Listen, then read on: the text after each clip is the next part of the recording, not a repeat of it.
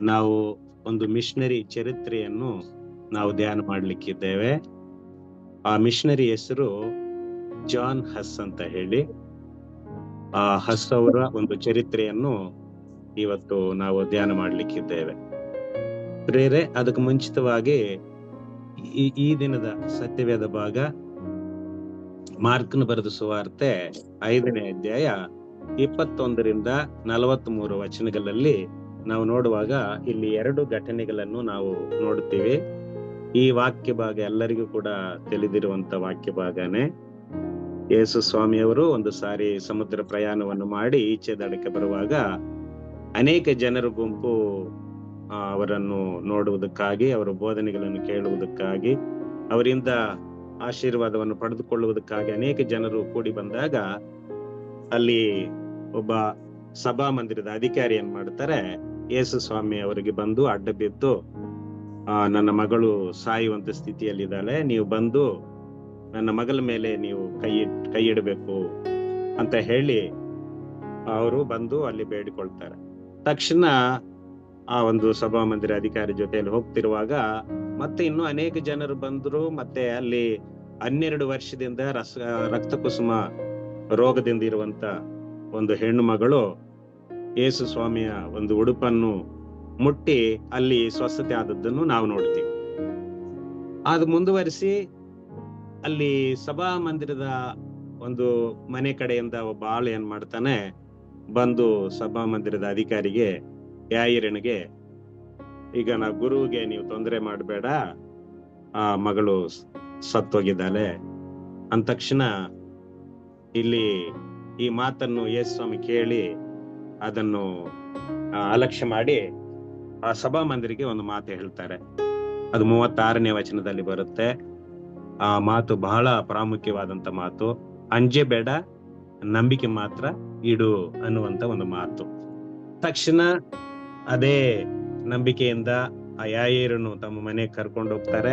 ಅಲ್ಲಿ ಸತ್ತಿರುವಂತ ಆ ಮಗಳು, 12 ವರ್ಷ ಮಗಳು ಮೇಲೆ ಕೈ ಇಟ್ಟು ಆಕೆಯನ್ನು ಮತ್ತೆ ತಿರುಗಿ ಜೀವ ಪಡ್ಕೊಳ್ಳುವಂತೆ ಯೇಸು ಸ್ವಾಮಿ ಅವರಿಗೆ ಜೀವವನ್ನು ಕೊಡ್ತಾರೆ.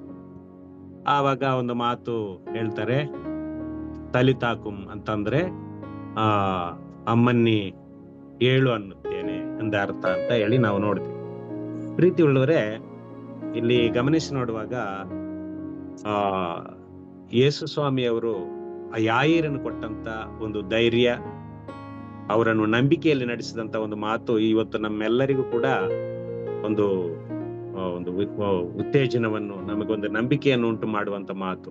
ಇವತ್ತು ದಿನಮಾನಗಳಲ್ಲಿ ಪ್ರತಿಯೊಬ್ಬೊಬ್ಬರಿಗೂ ಕೂಡ ಅನೇಕ ಸಮಸ್ಯೆಗಳು ಬಂದಾಗ, ಒಂದು ರೋಗದ ಸಮಸ್ಯೆ ಇರಬಹುದು, ಹಿಂಸೆ ಇರಬಹುದು, ಅನೇಕ ಅಡ್ಡಿ ಆಟಂಕಗಳಿರಬಹುದು. ಇಂಥ ಸಮಯದಲ್ಲಿ ಪ್ರತಿಯೊಬ್ಬೊಬ್ಬರಿಗೆ ಯೇಸು ಸ್ವಾಮಿ ಹೇಳುವಂತ ಒಂದು ಧೈರ್ಯ ಏನಂತಂದ್ರೆ, ಅಂಜಬೇಡ,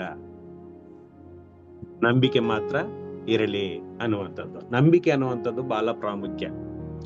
ಈ ಭಯದ ವಾತಾವರಣದಲ್ಲಿ ನಂಬಿಕೆ ಇಲ್ಲದಿದ್ರೆ ನಿಜವಾಗಲೇ ನಾವು ಸೋತು ಹೋಗ್ತೇವೆ. ಮತ್ತೆ ಅದರಿಂದ ನಮಗೆ ಅನೇಕ ವಿಧವಾದಂತ ತೊಂದರೆಗಳನ್ನು ಎದುರಿಸುವಂತವರಾಗಿದ್ದೇವೆ. ಅದಕ್ಕೆ ನಾವ್ ಯಾವತ್ತೂ ಕೂಡ ಏನೇ ಸಮಸ್ಯೆ ಬರ್ಲಿ, ಎಂತ ಹಿಂಸೆ ಬರ್ಲಿ, ಏನೇ ರೋಗ ಬಾಧೆಗಳು ಏನೇ ಬರ್ಲಿ, ಅಂತ ಸಮಯದಲ್ಲಿ ನಾವು ನಂಬಿಕೆಯಿಂದ ಜೀವಿಸುವಂತದ್ದು ಬಹಳ ಪ್ರಾಮುಖ್ಯ. ಇವತ್ತು ನಾವು ನೋಡ್ಲಿಕ್ಕಿರುವಂತ ಜಾನ್ ಹಸ್ ಅವರು ಕೂಡ ನಂಬಿಕೆಯಲ್ಲಿ ಜೀವಿಸಿದಂತ ವ್ಯಕ್ತಿ. ಆ ನಂಬಿಕೆಯಲ್ಲಿ ನಿಂತದ್ದಕ್ಕೆ ಅವರಿಗೆ ಮರಣದಂಡನೆ, ಹತಸಾಕ್ಷಿ ಆಗುವುದಕ್ಕೂ ಕೂಡ ಕಾರಣವಾಯಿತು. ಅದಕ್ಕೆ ಪ್ರೇರೆ, ನಾವು ಇಂಥ ಸಮಸ್ಯೆಗಳು, ಅನೇಕ ವಿಧವಾದಂತ ಹಿಂಸೆ, ಕಷ್ಟಗಳು, ನಮಗೆ ವಿರೋಧವಾಗಿ ಅನೇಕ ವಿಧವಾದಂತ ತೊಂದರೆಗಳು ಬಂದಾಗಲೂ ಕೂಡ ನಾವು ಧೈರ್ಯವಾಗಿರ್ಬೇಕನ್ನುವಂಥದ್ದು, ಮತ್ತೆ ಅಂಜಿಕೋಬಾರ್ದು, ಮತ್ತೆ ನಂಬಿಕೆಯಿಂದ ನಾವು ಜೀವಿಸುವಂಥದ್ದು ಬಹಳ ಪ್ರಾಮುಖ್ಯ. ಯಾವಾಗಲೂ ಕೂಡ ಅಂಜಿಕೊಂಡ್ರೆ ನಾವು ಸೋತು ಹೋಗುವಂತ ಪರಿಸ್ಥಿತಿ ಉಂಟಾಗುತ್ತೆ. ಅದು ಮಾತ್ರವಲ್ಲದೆ, ಈಗ ಒಂದು ರೋಗ ಬಂದಿದೆ ಅಂತ ಇಟ್ಕೊಳ್ಳಿ, ಅದು ಕೆಲವೊಂದು ಬಲಹೀನತೆಗಳು ಬಂದಾಗ ಹೆದರಿಕೆ ಅನ್ನುವಂಥದ್ದು ಬರುತ್ತೆ. ಅಂದ್ರೆ ಭಯ ಅನ್ನುವಂಥದ್ದು ಬರುವಾಗ ನಮ್ಮಲ್ಲಿರುವಂತ ರೋಗ ನಿರೋಧಕ ಶಕ್ತಿ ಕೂಡ ಕಡಿಮೆ ಆಗ್ತದಂತ ಹೇಳಿ ಸಂಶೋಧಕರು ಹೇಳ್ತಾರೆ. ಆರೋಗ್ಯದ ನಿಪುಣರು ಕೂಡ ಹೇಳ್ತಾರೆ, ನಾವು ಭಯಪಡುವಾಗ ಆ ರೋಗಕ್ಕಾಗಲಿ ಏನಕ್ಕೆ ನಾವು ಭಯಪಡುವಾಗ ನಮ್ಮ ದೇಹದಲ್ಲಿರುವಂತ ರೋಗ ನಿರೋಧಕ ಶಕ್ತಿನೂ ಕಡಿಮೆ ಆಗತ್ತೆ, ಮತ್ತೆ ಆಯುಷ್ನು ಕೂಡ ಕಡಿಮೆ ಆಗತ್ತೆ ಅಂತ ಹೇಳಿ ನಾವು ತಿಳ್ಕೊಳ್ಬೇಕು. ಅದಕ್ಕೆ ದೇವರ ಮೇಲೆ ನಮಗೆ ನಂಬಿಕೆ ಇರುವಾಗ ಖಂಡಿತ ಅದು ಎಂತ ಸಮಸ್ಯೆ ಬಂದರೂ ಕೂಡ ನಾವು ಅದನ್ನು ಜಯಿಸಲಿಕ್ಕೆ ಸಾಧ್ಯವಾಗುತ್ತದೆ ಅನ್ನುವಂಥದ್ದು ಇವತ್ತು ಈ ಮಿಷನರಿ ಜಾನ್ ಹಸ್ ಅವರ ಮುಖಾಂತರ ನಾವು ತಿಳ್ಕೊಳ್ತೇವೆ. ಪ್ರಿಯರೇ, ಇವರು 1369ರಿಂದ 1415 ಅವರು ಜೀವಿಸಿದಂತ ದಿನಮಾನಗಳು. ಅವರು ಜೀವಿಸಿದಂತ ದಿನಮಾನಗಳಲ್ಲಿ ಅವರು ಕರ್ತನಿಗಾಗಿ, ನಂಬಿಕೆಯಾಗಿ, ಸತ್ಯಕ್ಕಾಗಿ ಹೋರಾಡಿದಂತ ಒಂದು ಮಿಷನರಿ. ಬೇರೆ ಇವರು ಸಭಾಪಾಲಕರು ಮತ್ತೆ ರಕ್ತ ಸಾಕ್ಷಿ ಕೂಡ. ಇವರು 1369ರಲ್ಲಿ ಬೊಹೆಮಿಯಾದ ಜಿಕ್ ಗಣರಾಜ್ಯ ಅದು, ಅಲ್ಲಿ ಹುಸೆನೇಕ್ ನಲ್ಲಿ ಜನಿಸಿದ್ರು. ಹುಸೆನೇಕ್ ಅಂತ ಒಂದು ಹಳ್ಳಿ, ಅದರಲ್ಲಿ ಅವರು ಜನಿಸಿದ್ರು. ಬಡ ಕುಟುಂಬ ಮತ್ತೆ ಧರ್ಮನಿಷ್ಠ ಕುಟುಂಬದಲ್ಲಿ ಬೆಳೆದವರು. ಮತ್ತೆ ಪ್ರೇಗ್ ನಲ್ಲಿರುವ ಚಾರ್ಲೆಸ್ ವಿಶ್ವವಿದ್ಯಾಲಯದಲ್ಲಿ ಶಿಕ್ಷಣವನ್ನು ಪಡೆದರು. ಅದು ಅವರು ಕೆಲಸ ಮಾಡಿಕೊಂಡೇ ಶಿಕ್ಷಣವನ್ನು ಅವರು ಮುಗಿಸಿದ್ರಂತೆ. ಯಾಕಂತಂದ್ರೆ ಬಡತನ ಅವರಲ್ಲಿ, ಅವರಿಗೆ ಶಿಕ್ಷಣಕ್ಕೆ ಬೇಕಾದಂತ ಹಣದ ವಸತಿ ಕೂಡ ಅವರಿಗೆ ಇದ್ದಿರಲಿಲ್ಲ. ಅದಕ್ಕೆ ಕೆಲಸ ಮಾಡಿಕೊಂಡು ಸ್ವಲ್ಪ ಬರುವಂತ ಆದಾಯದಲ್ಲಿ ಅವರು ಶಿಕ್ಷಣವನ್ನು ಮುಗಿಸ್ತಾರೆ. ಮತ್ತು ಅವರು ಒಂದು ದೊಡ್ಡ ವಿದ್ವಾಂಸ ಕೂಡ, ಮತ್ತು ದೇವತಾ ಶಾಸ್ತ್ರ ತಜ್ಞರಾದ ಕೂಡ ಅವರು ತಜ್ಞರು. ಅವರು ಪ್ರಿಯರೇ, ಇವರಿಗೆ ಮೇಯ್ನ್ ಆಗಿ ಒಂದು ಮಾದರಿ ಯಾರಪ್ಪ ಅಂತಂದ್ರೆ ಅವರು ಬರೆದಂತ ಪುಸ್ತಕಗಳು, ಸತ್ಯವೇದ ಆಧಾರಿತವಾದಂತ ಅನೇಕ ಪುಸ್ತಕಗಳನ್ನು ಜಾನ್ ವಿಕ್ಲಿಫ್ ಅವರ ಒಂದು ಬೋಧನೆಗಳಿಂದ ಅವರು ಆಕರ್ಷಿತರಾಗ್ತಾರೆ. ಅವರು ಸತ್ಯವೇದದಲ್ಲಿರುವಂತ ಸತ್ಯವನ್ನು ಅನೇಕ ಜನರಿಗೆ ಬೋಧಿಸುವುದಕ್ಕಾಗಿ ಅವರು ಮುಂದೆ ಬಂದ್ರು. ಅದಕ್ಕೆ ಕಾರಣ ಏನಪ್ಪಾ ಅಂತಂದ್ರೆ, ಅದಕ್ಕೆ ಮಾದರಿ ಅವರು ಜಾನ್ ವಿಕ್ಲಿಫ್ ರವರ ಒಂದು ಬರೆದಂತ ಅನೇಕ ಪುಸ್ತಕಗಳು, ಅಂದ್ರೆ ಬೈಬಲ್ ಆಧಾರಿತವಾದಂತ ಪುಸ್ತಕಗಳು. ಇದನ್ನು ಅವರು ಯಾವಾಗಲೂ ಕೂಡ ಆ ಸತ್ಯವನ್ನು ಹೇಗಾದ್ರೂ ಜನರಿಗೆ ತಿಳಿಪಡಿಸ್ಬೇಕನ್ನುವಂತ ಒಂದು ಇದರಲ್ಲಿ ಅವ್ರು ಏನ್ ಮಾಡ್ತಾರೆ, ಪ್ರೇಗ್ನ ಬೆತ್ಲೆಹೇಮ್ ಚಾಪಲ್ ನಲ್ಲಿ ಅವರು ಸಭಾಪಾಲಕರಾಗಿ ಬೋಧಕರಾಗಿ ಸೇವೆ ಮಾಡ್ತಾರೆ. ಅಲ್ಲಿ ಸೇವೆ ಮಾಡುವಂತ ಸಮಯದಲ್ಲಿ ಅವ್ರಿಗೆ ಎದುರಾಗುವಂತ ಒಂದು ದೊಡ್ಡ ಸಮಸ್ಯೆ ಏನಪ್ಪಾ ಅಂತಂದ್ರೆ, ಆಗಿನ ದಿನಮಾನಗಳಲ್ಲಿ ಪೋಪ್ಗಳೆಲ್ಲ ಕೂಡ ಅನೇಕ ವಿಧವಾದಂತ ರೀತಿಯಲ್ಲಿ ಚರ್ಚ್ಗಳಲ್ಲಿ ಅಂತಂದ್ರೆ ಸಭೆಗಳಲ್ಲಿ ಹಲವಾರು ಪದ್ಧತಿಗಳನ್ನು ತಂದುಬಿಟ್ಟು, ಆ ಪದ್ಧತಿಗಳೆಲ್ಲ ಬೈಬಲ್ ಆಧಾರಿತವಲ್ಲ ಅಂತ ಹೇಳಿ ಜಾನ್ ಹಸ್ ಅವರು ಅವರಿಗೆ ವಿರುದ್ಧವಾಗಿ ಮಾತಾಡೋಕು ಪ್ರಾರಂಭ ಮಾಡಿದ್ರು. ಸತ್ಯವನ್ನು ತಿಳ್ಕೋಬೇಕಂತ ಹೇಳಿ ನೀವು ಮಾಡುವಂತ ಪದ್ಧತಿಗಳೆಲ್ಲ ಅದು ಬೈಬಲ್ಗೆ ಸರಿಯಾದಂತದ್ದಲ್ಲ, ಸತ್ಯಕ್ಕೆ ವಿರುದ್ಧವಾದದ್ದು ಅಂತ ಹೇಳಿ ಅವ್ರು ಏನ್ ಮಾಡ್ತಾರೆ, ತಿಳಿಪಡಿಸ್ತಾರೆ. ಆವಾಗಲೇ ಅಲ್ಲಿರುವಂತ ಪೋಪ್ಗಳಿಗೆಲ್ಲ ಕೂಡ ಇವರ ಮೇಲೆ ಇವರು ಮತದ್ರೋಹಿ ಅಂತ ಹೇಳಿ ಒಂದು ಪಟ್ಟ ಕಟ್ಟಿ ಅವರನ್ನು ಹೇಗಾದ್ರೂ ಇವರನ್ನು ಇವರು ಮಾಡುವಂತ ಎಲ್ಲ ಒಂದು ಬೋಧನೆಯನ್ನು ನಿಲ್ಲಿಸ್ಬೇಕಂತ ಹೇಳಿ ಎಷ್ಟೋ ಪ್ರಯತ್ನಗಳನ್ನು ಮಾಡ್ತಾರೆ. ಆದ್ರೆ ಇವರು ಆ ಒಂದು ಸತ್ಯವನ್ನು ಮಾತ್ರ ಹೇಳುವುದಕ್ಕೆ ಬಿಡಲಿಲ್ಲ. ವಿಶ್ವವಿದ್ಯಾಲಯಗಳಲ್ಲಿ ಎಲ್ಲೆಲ್ಲಿ ಶಿಕ್ಷಣೆಯನ್ನು ಮಾಡ್ತಾರೆ, ಅಲ್ಲೆಲ್ಲ ಕೂಡ ಪ್ರಾರಂಭ ಮಾಡುವಾಗ ಎಲ್ಲ ಸತ್ಯವನ್ನು ಬೋಧಿಸುವುದಕ್ಕೆ ಅವರು ಪ್ರಾರಂಭ ಮಾಡ್ತಾರೆ. ಇದರಿಂದಾನೇ ಅವರಿಗೆ ವಿರೋಧ ವ್ಯಕ್ತವಾಗ್ತದೆ. ಪ್ರೀತಿಯುಳ್ಳವರೇ, ಆಗಿನ ದಿನಮಾನಗಳಲ್ಲಿ ಆ ಪೋಪ್ಗಳು ಆ ಬೈಬಲ್ ಅನ್ನು ಯಾರ ಕೈಗೆ ಸಾಮಾನ್ಯ ಜನರಿಗೆ ಸಿಕ್ಕೊಡಿಸ್ತಾ ಇಲ್ಲ. ಅವ್ರು ಏನ್ ಮಾಡ್ತಾ ಇದ್ರಂತಂದ್ರೆ, ಬೈಬಲ್ ಅನ್ನು ಒಂದು ಚೈನ್ ಸರ್ಪಣಿಯಲ್ಲಿ ಅದನ್ನು ಏನ್ ಮಾಡ್ತಾರೆ, ಚೈನ್ ತರ ಇರುವಂತ ಒಂದು ಇದರಲ್ಲಿ ಅದನ್ನು ಬೈಬಲ್ ಯಾರಿಗೂ ಕೂಡ ತಗೊಂಡು ಹೋಗಬಾರದು, ಅಲ್ಲೇ ಇಡಬೇಕು. ಮೇಯ್ನ್ ಆಗಿ ಯಾರ ಪೋಪ್ಗಳು ಅಲ್ಲಿ ಇರ್ತಾರಲ್ಲ ಮುಖ್ಯಸ್ಥರು, ಅವರು ಮಾತ್ರನೇ ಬೈಬಲ್ ತಿಳ್ಕೊಳ್ತಾ ಇದ್ರು. ಸಾಮಾನ್ಯ ಜನರಿಗೆ ಗೊತ್ತಾಗ್ತಾನೆ ಇರ್ಲಿಲ್ಲ. ಇವರು ಬಂದು ಆ ಜ್ಞಾನವನ್ನು ಪಡ್ಕೊಂಡು ಬಂದು ಬೋಧನೆ ಮಾಡ್ತಿರುವಾಗ ಎಲ್ಲರೂ ಅಪ್ಪ ಇವ್ರಿಗೆ ಇಂಥ ಜ್ಞಾನ ಎಲ್ಲಿಂದ ಸಿಕ್ತು, ಅದು ಬೈಬಲಿಂದ ಗೊತ್ತಾಗ್ತಾ ಇಲ್ಲ. ಇವರು ಮಾತ್ರ ದೇವರುಗಳಂತೆ ಬಂದು ಆ ಬೋಧನೆ ಮಾಡುವಾಗ ಜನರೆಲ್ಲರೂ ಕೂಡ ಆಶ್ಚರ್ಯ ಪಡುವಂತವ್ರು. ಇವ್ರಿಗೆ ಎಂತ ಮಹಾತ್ಮರು ಇವರು, ಏನು ಇವರಿಗೆ ವಿಶೇಷ ಜ್ಞಾನ ಇದೆ, ದೇವರಂತವ್ರು ಇವರು ಅಂತ ಅನ್ಕೊಂಡು ಜನರೆಲ್ಲೂ ಕೂಡ ಬೆರಗಾಗುವಂತವ್ರು. ಈ ರೀತಿಯಾಗಿ ಆ ಬೈಬಲ್ ಸಾಮಾನ್ಯ ಜನರ ಕೈಗೆ ಹೋಗ್ತಾ ಇರ್ಲಿಲ್ಲ. ಆಮೇಲೆ ಇವ್ರು ಏನ್ ಮಾಡಿದ್ರು, ಇದು ಹೆಂಗಾದ್ರೂ ಮಾಡಿ ಎಲ್ಲ ಜನರ ಕೈಯಲ್ಲಿ ಸತ್ಯವೇದ ಇರಬೇಕು. ಆವಾಗಿದ್ದಂತ ಭಾಷೆ ಕೂಡ ಲ್ಯಾಟಿನ್ ಭಾಷೆ, ಆಗ ಎಲ್ಲರಿಗೂ ಆ ಭಾಷೆ ಗೊತ್ತಿರ್ಲಿಲ್ಲ. ಈಗ ಈ ಜಾನ್ ಹಸ್ ಅವರು ಮಾಡಿದಂತ ಒಂದು ದೊಡ್ಡ ತ್ಯಾಗ ಏನಂತಂದ್ರೆ, ಅನೇಕರಿಗೆ ಈ ಬೈಬಲ್ ಹೋಗಿ ಸೇರ್ಬೇಕು. ಎಲ್ಲ ಸಾಮಾನ್ಯ ಜನರು ಕೂಡ ತಮ್ಮ ತಮ್ಮ ಭಾಷೆಯಲ್ಲಿ ಈ ಬೈಬಲ್ ಸತ್ಯವೇದವನ್ನು ಇವರು ಧ್ಯಾನ ಮಾಡಬೇಕು ಅಂತ ಹೇಳಿ ಏನ್ ಮಾಡಿದ್ರು, ಅವರು ಆ ಲ್ಯಾಟಿನ್ ಭಾಷೆಯಿಂದ ಅನೇಕ ಭಾಷೆಗಳಿಗೆ ಭಾಷಾಂತರ ಮಾಡಿದ್ರು ಅಂತ ಹೇಳಿ ನಾವು ನೋಡ್ತೀವಿ. ಪ್ರೀತಿ ಉಳ್ಳವರೇ, ಆಗಿನ ದಿನಮಾನಗಳಲ್ಲಿ ಪ್ರೊಟೆಸ್ಟೆಂಟ್ ಅನ್ನುವಂತ ಇವರೇ ಮುಖ್ಯವಾಗಿ ಈ ಬೈಬಲ್ ಎಲ್ಲರಿಗೂ ಸಿಕ್ಕಬೇಕು ಅಂತ ಹೇಳಿ ಅವ್ರೇನ್ ಮಾಡಿದ್ರು, ಬಹಳ ಪ್ರಯಾಸ ಪಟ್ಟಿದ್ದಾರೆ. ಅದರಿಂದಾನೇ ವಿರೋಧ ವ್ಯಕ್ತವಾಯಿತು. ವಿರೋಧ ವ್ಯಕ್ತವಾಗಿ ಅವರ ಒಂದು ಜೀವನದಲ್ಲಿ ಹೇಗಾದ್ರೂ ನನಗೆ ಎಷ್ಟೇ ಕಷ್ಟ ಬರ್ಲಿ, ಹಿಂಸೆ ಬರ್ಲಿ, ಈ ಸತ್ಯ ಮಾತ್ರ ನಾವು ಒಬ್ಬೊಬ್ಬರ ಕೈಯಲ್ಲಿ ಹೋಗಿ ಸೇರ್ಬೇಕು ಅಂತ ಹೇಳಿ ಬಹಳ ಪ್ರಯಾಸ ಪಟ್ಟಂತ ವ್ಯಕ್ತಿ ಹಸ್ ಅವರು. ಪ್ರಿಯರೇ, ಅದಕ್ಕೋಸ್ಕರನೇ ಆ ಬಿಷಪ್ರೆಲ್ಲರೂ ಕೂಡ ಸೇರ್ಕೊಂಡು ಇವರನ್ನು ಹೇಗಾದ್ರೂ ಇವ್ರನ್ನ ಉಳಿಸಬಾರದಂತ ಹೇಳಿ ಅವರು ವಿರೋಧ ವ್ಯಕ್ತಪಡಿಸಿ ಅವ್ರನ್ನ ಸಾಯಿಸಕ್ಕೆ ಪ್ರಯತ್ನ ಮಾಡ್ತಾ ಬಂದ್ರು. ಅಂತ ಸಮಯದಲ್ಲಿ ಅವರಿಗೆ ಒಂದು ವಾಕ್ಯ ಅವರನ್ನು ಪ್ರಭಾವಿತರನ್ನಾಗಿ ಮಾಡ್ತದೆ. ಆ ವಾಕ್ಯ ಯಾವ್ದಪ್ಪ ಅಂತಂದ್ರೆ, ಮತ್ತಾಯನ ಬರೆದ ಸುವಾರ್ತೆ 5ನೇ ಅಧ್ಯಾಯ 10ನೇ ವಚನ. ಆ 10ನೇ ವಚನ ಏನಂತಂದ್ರೆ, ಎಲ್ಲರಿಗೂ ಗೊತ್ತಿರುವಂತ ವಾಕ್ಯನೇ ಇದು. ಇಲ್ಲಿ ನೀತಿಯ ನಿಮಿತ್ತವಾಗಿ ಹಿಂಸೆಯನ್ನು ತಾಳಿಕೊಳ್ಳುವವರು ಧನ್ಯರು, ಪರಲೋಕ ರಾಜ್ಯವು ಅವರದು. ನೋಡಿದ್ರ, ಈ ವಾಕ್ಯ ಅವರು ನೀತಿಗಾಗಿ ಹಿಂಸೆಯನ್ನು ತಾಳ್ಕೊಳ್ಳೋಕೆ ನಾನ್ ರೆಡಿ ಅಂತ ಹೇಳಿ ಅವರು ಏನೇ ವಿರೋಧ ಬಂದ್ರು, ಅವ್ರನ್ನು ಸೆರೆಮನೆಯಲ್ಲಿ ಹಾಕಿದ್ರು, ಬಂಧಿಸಿದ್ರು, ಏನೇ ಮಾಡಿದ್ರು ಕೂಡ ಅವ್ರು ಯಾವುದು ಕೂಡ ಹೆದರ್ಲಿಲ್ಲ. ಕಾರಣ ಏನಂತಂದ್ರೆ, ನಾನು ಈ ನೀತಿಯ ನಿಮಿತ್ತ ನಾನು ಖಂಡಿತವಾಗಿ ಹಿಂಸೆಯನ್ನು ತಾಳ್ಕೊಳ್ಳೋದ್ರಲ್ಲಿ ನನಗೆ ದೊಡ್ಡ ಆಶೀರ್ವಾದ ಇದೆ, ನನಗೆ ಪರಲೋಕ ರಾಜ್ಯ ಇದೆ ಅನ್ನುವಂತ ಒಂದು ದೃಢ ನಿಶ್ಚಯದಿಂದ ಅವರು ಈ ಕಾರ್ಯವನ್ನು ಮಾಡ್ಲಿಕ್ಕೆ ಮುಂದಾದ್ರು.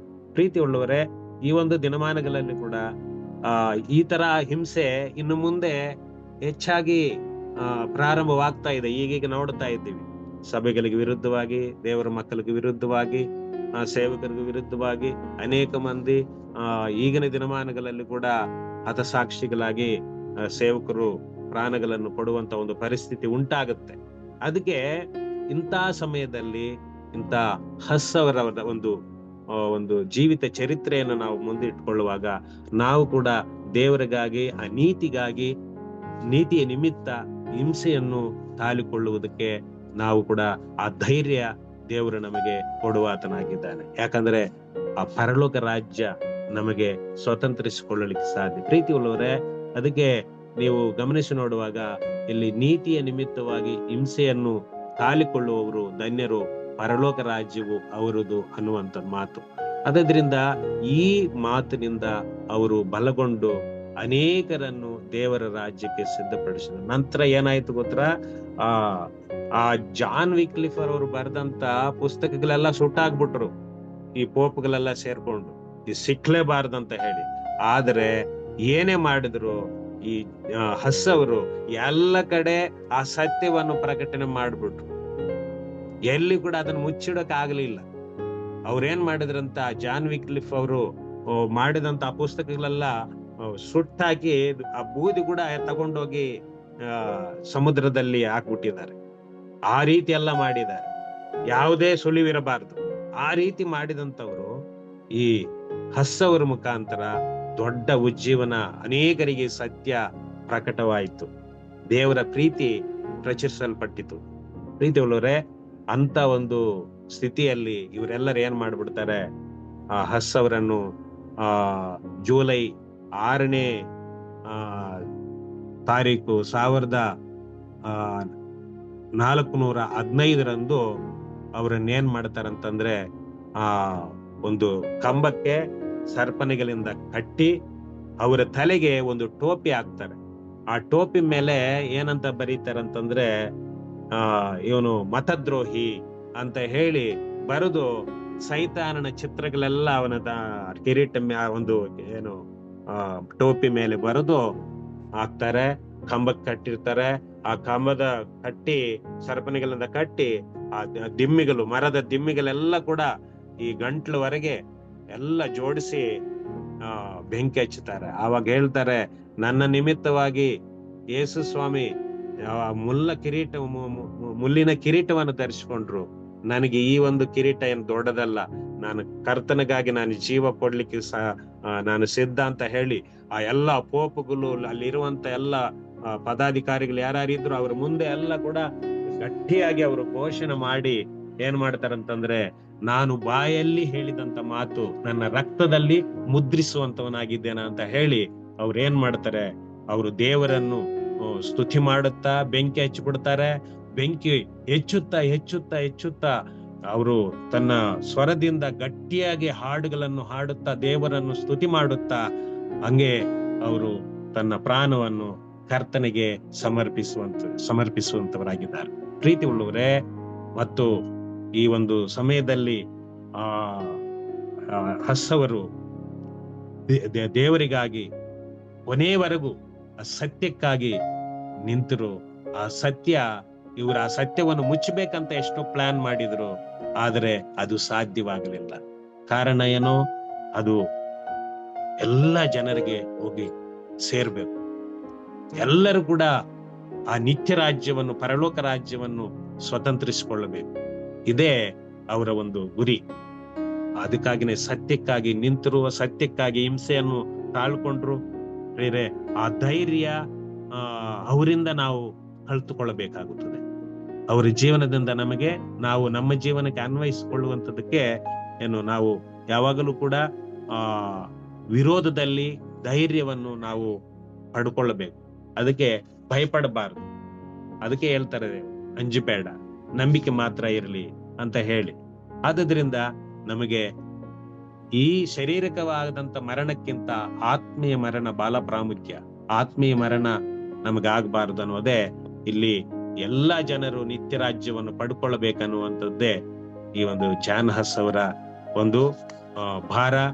ಅದನ್ನು ಅವರು ನೆರವೇರಿಸಿದ್ರು. ಲಾಸ್ಟ್ಗೆ ಅವರನ್ನು ಇಲ್ಲೆಲ್ಲ ಕೂಡ ಭಕ್ತರು, ಅನೇಕ ಮಂದಿ ಭಕ್ತರಾಗ್ಬಿಟ್ರು. ಅವರಿಗೆ ಜಾನ್ ಹಸ್ ಅವರಿಗೆ ಒಳ್ಳೆ ಬೋಧನೆ ಮಾಡಿದ್ರು, ನಮ್ಗೆ ಸತ್ಯವನ್ನು ತಿಳಿಪಡಿಸಿದ್ರು, ನಿತ್ಯ ರಾಜ್ಯದ ಬಗ್ಗೆ ನಮಗೆ ತಿಳಿಪಡಿಸಿದ್ರು ಅಂತ ಅನೇಕ ಮಂದಿ ಅವರಿಗೆ ಭಕ್ತರು ಅವರಿಗೆ. ಅದಕ್ಕೆ ಇವರು ಮತ್ತೆ ಮುಂದುವರಿಸಿ ಇದಾಗ್ತಾರಂತ ಹೇಳಿ ಏನ್ ಮಾಡ್ತಾರ, ಅವರ ಒಂದು ಬೂದಿ ಎಲ್ಲ ಕೂಡ ಅವ್ರು ಸುಟ್ಟಿರುವಂತ ಅವರ ಬೂದಿ ಎಲ್ಲ ತಗೊಂಡು ಹೋಗಿ ಅವ್ರು ಏನ್ ಮಾಡ್ತಾರೆ, ಒಂದು ನದಿಯಲ್ಲಿ ಕಲಿಸ್ಬಿಡ್ತಾರೆ. ಪ್ರೀತಿ ಉಳ್ಳವರೇ, ಈ ಒಂದು ಸಮಯದಲ್ಲಿ ಅವರು ಸತ್ಯಕ್ಕಾಗಿ ನಿಂತು ಅನೇಕ ಜನರಿಗೆ ನಿತ್ಯ ರಾಜ್ಯವನ್ನು ಪರಿಚಯ ಮಾಡಿದ್ರು. ಎಷ್ಟೇ ಶೋಧನೆಗಳು, ಎಷ್ಟೇ ಹಿಂಸೆ, ಎಷ್ಟೇ ಕಷ್ಟ, ಅಡ್ಡಿ ಆಟಂಕಗಳು ಬಂದರೂ ಕೂಡ ಯಾವುದಕ್ಕೂ ಹೆದರ್ಲಿಲ್ಲ. ಕಾರಣ ಒಂದೇ ಒಂದು, ದೇವರ ಮೇಲೆ ಇಟ್ಟಿರುವಂತ ನಂಬಿಕೆ. ಈಗ ಮುಂದಿನ ದಿನಮಾನಗಳಲ್ಲಿ ಈ ರೀತಿಯಾದಂತ ಪರಿಸ್ಥಿತಿ ಸೇವೆ ಮಾಡುವಂತ ಎಲ್ಲಾ ಸೇವಕರಿಗೂ ಕೂಡ ಬರಬಹುದು. ಅಂತ ಸಮಯದಲ್ಲಿ ನಾವು ಪ್ರತಿಯೊಬ್ಬೊಬ್ಬರು ಕೂಡ ಧೈರ್ಯವಾಗಿ ನಾವು ನಿಲ್ಲೋಣ, ದೇವರಿಗಾಗಿ ನಾವು ಜೀವಿಸೋಣ.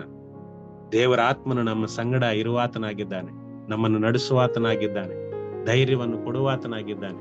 ಆದ್ರಿಂದ ನೀತಿಯ ನಿಮಿತ್ತ ನಾವು ಹಿಂಸೆಯನ್ನು ತಾಳಿಕೊಳ್ಳೋಣ, ಧನ್ಯರಾಗಿ ಜೀವಿಸೋಣ, ಪರಲೋಕ ರಾಜ್ಯವನ್ನು ಸ್ವತಂತ್ರಿಸಿಕೊಳ್ಳೋಣ. ಪ್ರಾರ್ಥನೆ ಮಾಡೋಣ. ಎಲ್ಲರ ತಲೆಗಳನ್ನು ಬಗ್ಗಿಸಿ ಪ್ರಾರ್ಥನೆ ಮಾಡೋಣ. ಸರ್ವಶಕ್ತನಾದಂತ ನಮ್ಮ ತಂದೆಯಾದ ದೇವರೇ, ನಿನ್ನ ನಾಮಕ್ಕೆ ಸ್ತೋತ್ರ. ನಿನ್ನ ಸತ್ಯವನ್ನು ಭಯವಿಲ್ಲದೆ ಮಾತನಾಡಲು ಅಪ್ಪ ಜಾನ್ ಹಸ್ ಅವರಿಗೆ ಕೊಟ್ಟಂತ ಧೈರ್ಯಕ್ಕಾಗಿ ಸ್ತೋತ್ರ. ಅದೇ ರೀತಿ ಧೈರ್ಯ ನಮ್ಮೆಲ್ಲರಿಗೂ ಕೂಡ ಅನುಗ್ರಹಿಸಿಕೊಡು ಸ್ವಾಮಿ. ಅಪ್ಪ, ಅನೇಕ ಕಷ್ಟಗಳು, ಸಮಸ್ಯೆಗಳು, ಹಿಂಸೆ, ಅಡ್ಡಿ ಆಟಂಕಗಳು ಏನೇ ಬಂದರೂ ಕೂಡ ಕರ್ತನೆ, ನಾವು ಯಾವುದಕ್ಕೂ ಹೆದರದೆ ಈ ಸತ್ಯವನ್ನು ಬೋಧಿಸುವುದರಲ್ಲಿ ನಾವು ಪ್ರತಿಯೊಬ್ಬೊಬ್ಬರು ಅದನ್ನೇ ಗುರಿಯಾಗಿಟ್ಟುಕೊಂಡು ಅನೇಕರನ್ನು ನಿನ್ನ ರಾಜ್ಯಕ್ಕೆ ಸಿದ್ಧಪಡಿಸುವಂತೆ ನೀನು ಸಹಾಯ ಮಾಡು ಸ್ವಾಮಿ.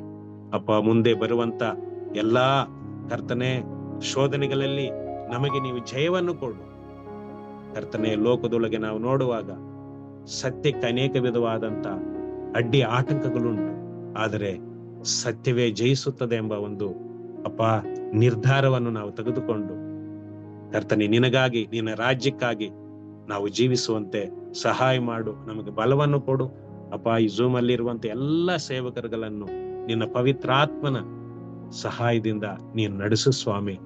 ಅಪ್ಪ, ಅವರ ಸೇವೆಗಾಗಿ ಹೋಗುವಾಗ ನೀನು ಜೊತೆಗಾರನಾಗಿರು. ನೀವ್ ಹೇಳಿದ್ದೀರಿ, ನಾನು ನಿಮ್ಮ ಜೊತೆ ಇದ್ದು ಕೆಲಸ ಮಾಡ್ತೀನಿ ಅಂತ ಹೇಳಿ. ಹೌದು ಕರ್ತನೆ, ನಮ್ಮ ಜೊತೆ ನೀನಿದ್ದೀರಿ ಅಪ್ಪ, ನೀವಿದ್ದೀರಿ. ನಾವು ಯಾವುದಕ್ಕೂ ಭಯಪಡದೆ ಅಪ್ಪ ನಿನ್ನ ರಾಜ್ಯವನ್ನು ನಾವು ಕಟ್ಟಬೇಕು, ಅನೇಕ ಆತ್ಮಗಳನ್ನು ಗೆಲ್ಲಬೇಕು ಮತ್ತು ಅನೇಕ ಮಂದಿ ಸೇವಕರ ಜೊತೆಯಲ್ಲಿ ಉಗ್ರಾಣಿಕರು ಅಪ್ಪ ಕರ್ತನೆ, ಸಭೆ ವಿಶ್ವಾಸಿಗಳು ಎಲ್ಲರೂ ಕೂಡ ಅಪ್ಪ ಜೊತೆಯಲ್ಲಿ ಅಪ್ಪ ಕರ್ತನೆ ಸೇರಿ ಅಪ್ಪ ಸಭಾ ಸೇವೆಯಲ್ಲಿಯೂ ಮತ್ತು ಸುವಾರ್ತೆ ಮತ್ತು ಹೊರಗಡೆ ಔಟ್ರೀಚ್ ಸಮಯಗಳಲ್ಲಿ ಎಲ್ಲಾ ಸಮಯಗಳಲ್ಲಿ ನೀನು ಜೊತೆಗಾರನಾಗಿದ್ದು ನೀನು ನಡೆಸು ಸ್ವಾಮಿ. ನಮ್ಮ ನಿರ್ದೇಶಕರ ಮುಖಾಂತರ ಅಪ್ಪ ಈ ಒಂದು ಎಲ್ಲಾ ಮಿಷನರಿಗಳ ಒಂದು ಜೀವನ ಚರಿತ್ರೆಯನ್ನು ಸಂಗ್ರಹಿಸಿ ಅಪ್ಪ ನಮಗೆ ದಿನಾಲು ಒಂದೊಂದು ಮಿಷನರಿ ಸಾಕ್ಷಿಯನ್ನು ನಾವು ಕೇಳುವಂತೆ ನೀನು ಮಾಡಿದ ಕೃಪೆಗಾಗಿ ಸ್ತೋತ್ರ. ನಮ್ಮ ನಿರ್ದೇಶಕರನ್ನು, ಉಪನಿರ್ದೇಶಕರು, ಅವ್ರ ಮಕ್ಕಳು ಮತ್ತೆ ಎಲ್ಲಾ ಸಹ ಸೇವಕರುಗಳು ಎಲ್ಲಾ ಸ್ಥಳಗಳಲ್ಲಿ ನಡೀತಿರುವಂತ ಎಲ್ಲಾ ಸೇವೆಯನ್ನು, ಎಲ್ಲಾ ರಾಜ್ಯಗಳಲ್ಲಿ ನಡೀತಿರುವಂತ ಸೇವೆಯನ್ನು ಮತ್ತು ಎಲ್ಲಾ ಪ್ರಾಜೆಕ್ಟ್ ಹೋಲ್ಡರ್ಸ್ ಅನ್ನು, ಸಹ ಸೇವಕರಿಗೆಲ್ಲರನ್ನು ಕೂಡ ಆಶೀರ್ವದಿಸಿ ಕೃಪೆಯನ್ನು ತುಂಬಿಸಿ ನಡೆಸ್ತಾ ಬರಬೇಕೆಂಬುದಾಗಿ ಇಂಥ ಒಳ್ಳೆ ಸಮಯವನ್ನು ಕೊಟ್ಟಿದ್ದಕ್ಕಾಗಿ ಕೋಟಿ ಕೋಟಿ ಸ್ತೋತ್ರಗಳನ್ನು ಸಲ್ಲಿಸುತ್ತಾ ನಜರೇತಿನ ಯೇಸುವಿನ ಹೆಸರಿನಲ್ಲಿ ಬೇಡಿ ಹೊಂದಿದ್ದೇವೆ ತಂದೆಯೇ. ಆಮೆನ್.